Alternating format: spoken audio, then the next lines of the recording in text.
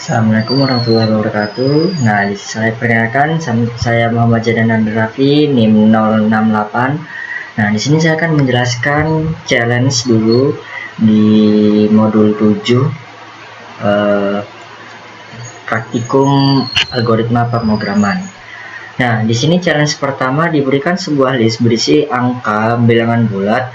Tugas Anda adalah membuat array baru yang berisi string angka ke i ganjil atau genap berdasarkan list yang diberikan.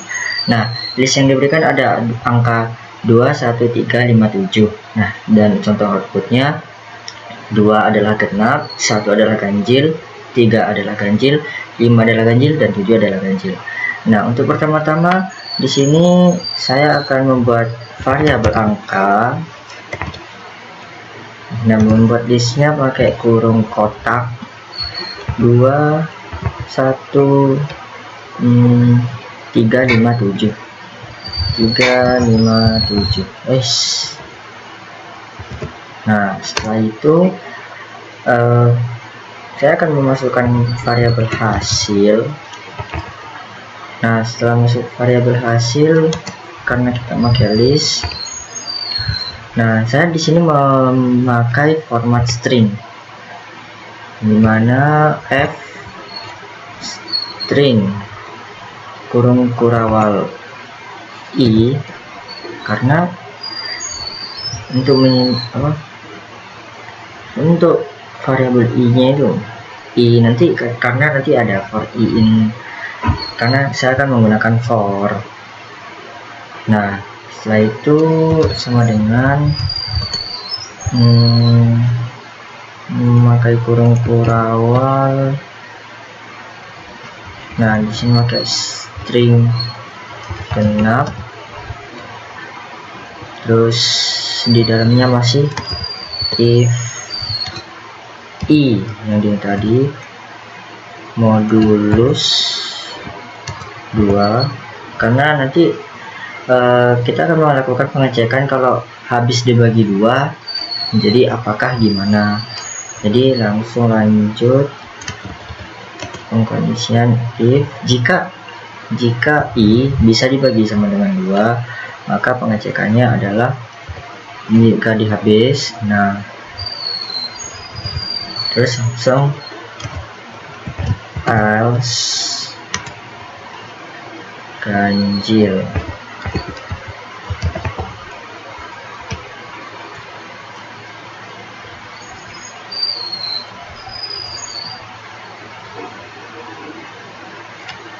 Nah, setelah itu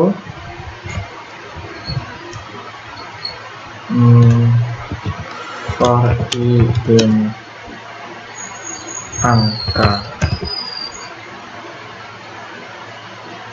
Nah, setelah ini langsung kita print hasil karena memakai variabel hasil.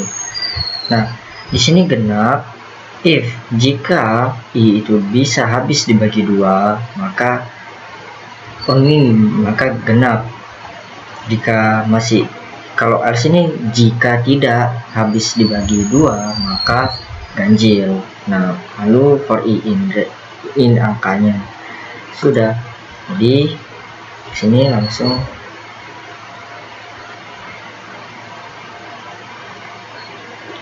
agak lama.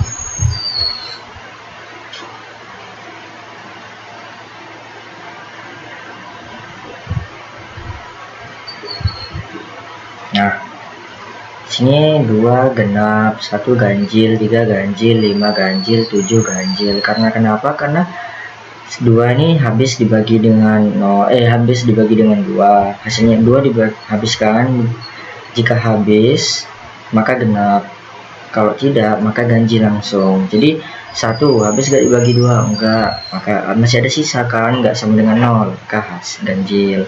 3 habis gak dibagi 2, ternyata masih ada sisa 1, ganjil. 5 habis gak bagi 2, seterusnya. Nah, challenge yang kedua, diberikan contoh list berisi beberapa kata. Buatkan list baru yang berisi list nested list yang berisi huruf vokal berada di setiap kata dalam list nama nama pengguna teknik list compression. Contohnya ini. Oke. Maka kita pertama-tama akan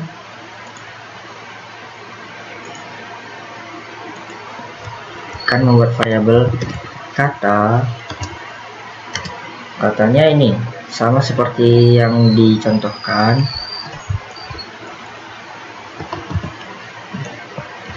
Sorry, harusnya memakai string programming. Setelah itu Python.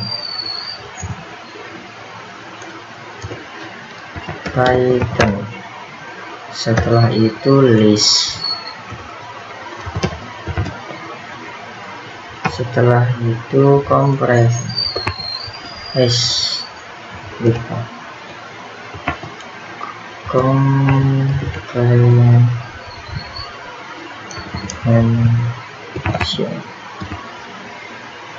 Nah, setelah itu karena di sini munculnya yang di print hanya vokal, berarti kita memakai huruf vokal.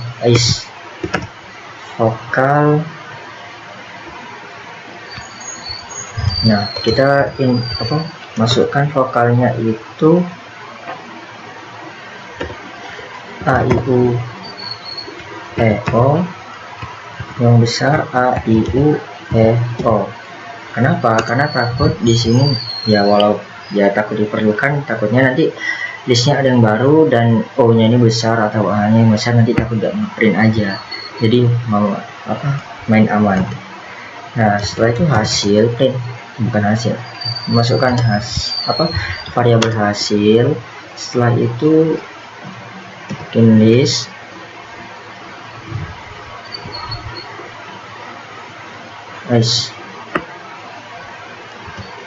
Di sini huruf for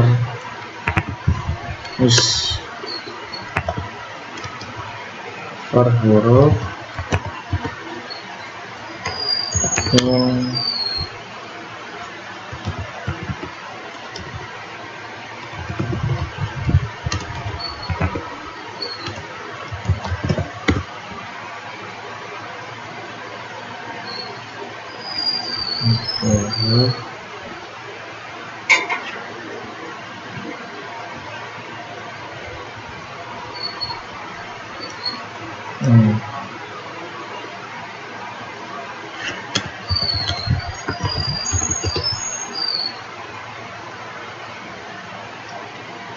itu di sini masukkan for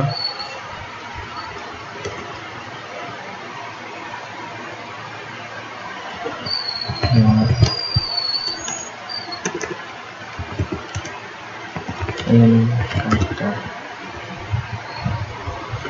Nah, setelah itu tinggal print hasil.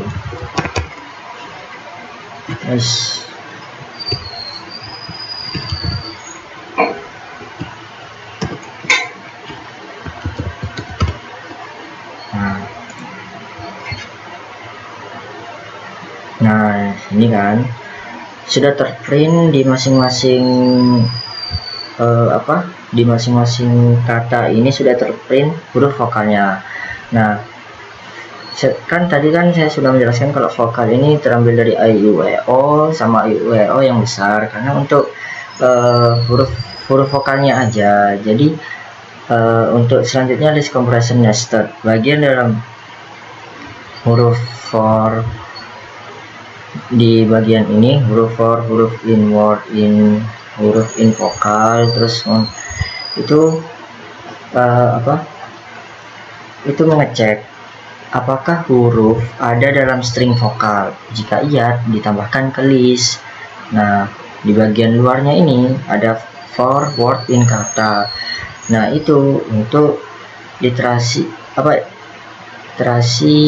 setiap word dalam list kata dan diterapkan dalam list compression bagian dalam. Nah, udah, nanti hasilnya seperti ini.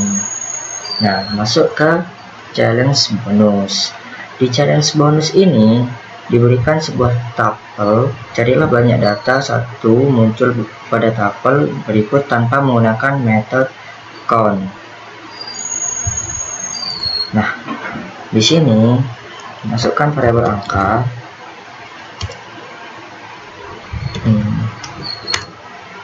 Nah, masukkan angka yang sudah ditentukan. 1 1 1 2 2 3 4 5. Ya, sudah. Nah, setelah itu masukkan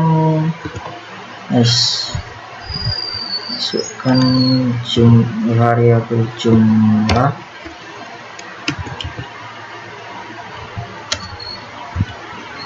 Ini saya memakai sum. Nah, kenapa saya memakai sum? Karena untuk menjumlahkan yang ada di dalam sini. Built-in Python yang untuk menjumlahkan yang ada di dalam situ. Nah, di sini saya memakai for i in angka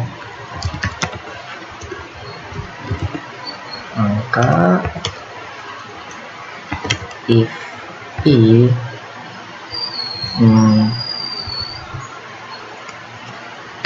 dengan true. Nah, setelah itu lalu print.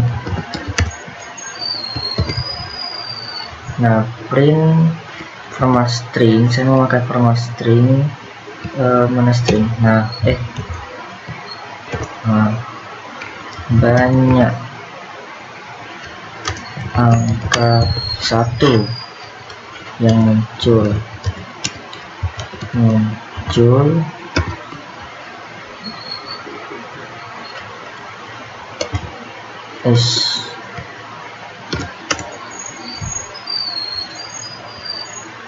memakai ini jumlah.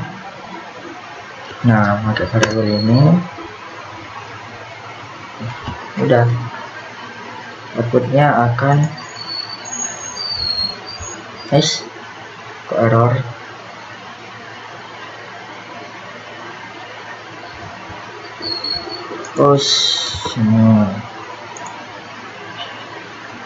Nah, banyak angka 1 yang muncul sama dengan 3.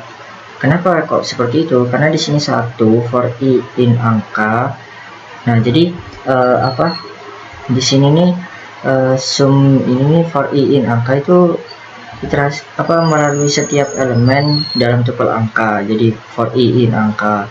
Setelah itu if i sama dengan 1 sama dengan 2 kali 1, itu maksudnya kayak mengecek apakah elemen i sama dengan 1. Jika iya, tambahkan angka 1 ke dalam perhitungan. Nah, kalau sum ini untuk menjumlahkan semua angka 1 yang telah ditemukan. Nah, yang akan disimpan di print ini akan disimpan di jumlah 1 ini. Nah, setelah itu udah di print aja. Nah, assalamualaikum warahmatullahi wabarakatuh. Nah, di sini saya akan melanjutkan di modul 7 di praktikum. Nah, untuk sekarang di tugas praktikum modul 7. Nah, saya soalnya melihat di sini saja. Nah, buatkan program Python untuk mengelola data menyimpan menggunakan dictionary dengan ketentuan berikut. Program harus memiliki dictionary mahasiswa untuk menyimpan data dengan format sekian. Nah, program harus memiliki menu utama yang menampilkan data mahasiswa yang sudah tersimpan. Pilihan operasi 1 tambah, 2 ubah, 3 hapus, 4 keluar. Nah, untuk soal-soalnya seperti ini ada untuk fiturnya untuk menampilkan data, menambahkan data, mengubah data. Di menu ketiga ada menghapus data. Yang keempat adalah validasi menu. Jadi kalau udah 4 ya sudah, berhenti gitu kan. Nah, petunjuk pengerjaan menggunakan while true untuk membuat program berjalan terus. Menggunakan dictionary item, maksudnya while true ini untuk program tuh gak akan berhenti. Jadi program tuh akan nanya terus apakah mau mengulang atau apa gitu kan. Nah, Program dictionary items untuk menampilkan data, gunakan nested dictionary untuk menyimpan data. Nah, setelah itu masuk di menjelaskan kodenya. Nah, di sini mahasiswa ini inisialisasi dictionary aja. Jadi dictionary mahasiswa digunakan untuk menyimpan data mahasiswa. Nah, key dari dictionary adalah name singkat, sedangkan value adalah dictionary yang berasal detail mahasiswa, yaitu nama, name, background studi, dan angkatan. Nah, yang kedua di fungsi tampilkan data. Di sini tampilkan data, ini saya memakai parameter tentunya. Di sini memakai if jika not mahasiswa, maka print belum ada data belum ada data yang mahasiswa yang tersimpan. Jadi penjelasan ini kayak jika user belum menginputkan apa-apa, maka langsung belum ada mahasiswa yang tersimpan. Nah, jika menginputkan, nah ini jadi seperti ini, kayak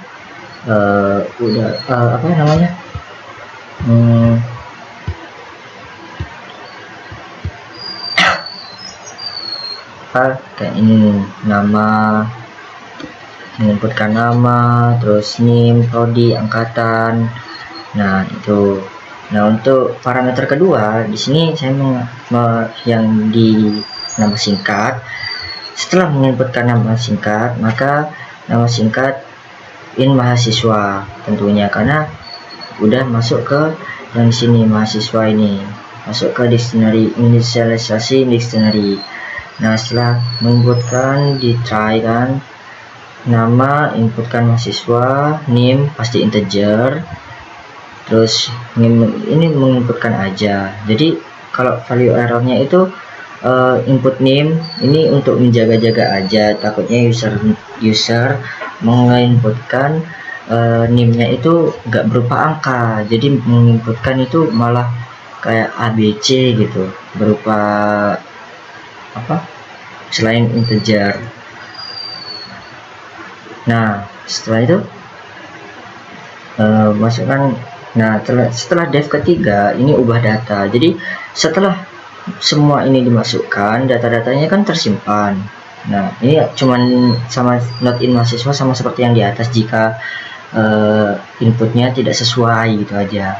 Jadi, nah, setelah while true, kan while true itu untuk menjaga tetap program ini tetap menjalan. Jadi kayak setelah maksudnya while kan tadi program tetap berjalan. Nah, nama name masih tersimpan. Nah, pilihan satu mahasiswa, name singkat, nama, dan input mahasiswa baru, masukkan nama mahasiswa baru. Nah, ini maksudnya kayak, nah, jika memasukkan pilihan satu, maka disuruh menginputkan nama baru. Jika tidak menginputkan satu tapi menginputkan dua, maka masukkan name. Nah, ini kalau nggak sesuai untuk inputannya, jadi sama seperti yang saya jelaskan tadi. Jika menginputkan angka 3, maka masukkan prodi baru. Nah, jika pilihan keempat, ya masukkan angkatan baru. Nah, udah. Kalau memasukkan inputan 5, ya sudah break. Nah, kalau memasukkan inputkan ke 6, 7, 100 nggak bisa, jadi pilihan tidak valid. Nah, lanjut, karena tadi while true, jadi dilanjutkan input apakah ingin mengubah atribut lain, ya atau tidak. Nah, jika iya, maka ke bawah. Kalau enggak, kalau menentukan angka tidak, maka break. Maka inputan akan stop dan di sini program telah selesai. Nah, di sini pengerjaannya. Jadi di sini tuh maksudnya kayak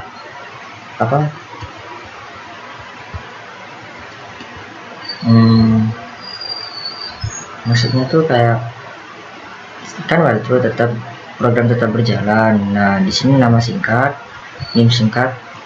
Oh, ini untuk menghapus data. kan setelah menambahkan data, di sini menghapuskan data. Nah, di sini NIM singkat mahasiswa, delete mahasiswa, NIM singkat. Nah, data berhasil dihapus. Nah, ini jika inputan data salahnya aja. Nah, setelah itu user disuruh menginputkan data-data yang ada yang tersisa. Nah, setelah itu kita tetap tanyakan apakah memasukkan menu 1, kalau iya tambahkan data, kalau sama seperti yang awal tadi. Nah, jika keempat, program telah selesai, terima kasih, break. Nah, kalau nggak sesuai 1-4 maka nah, jadi ini pengaplikasiannya. Jadi kayak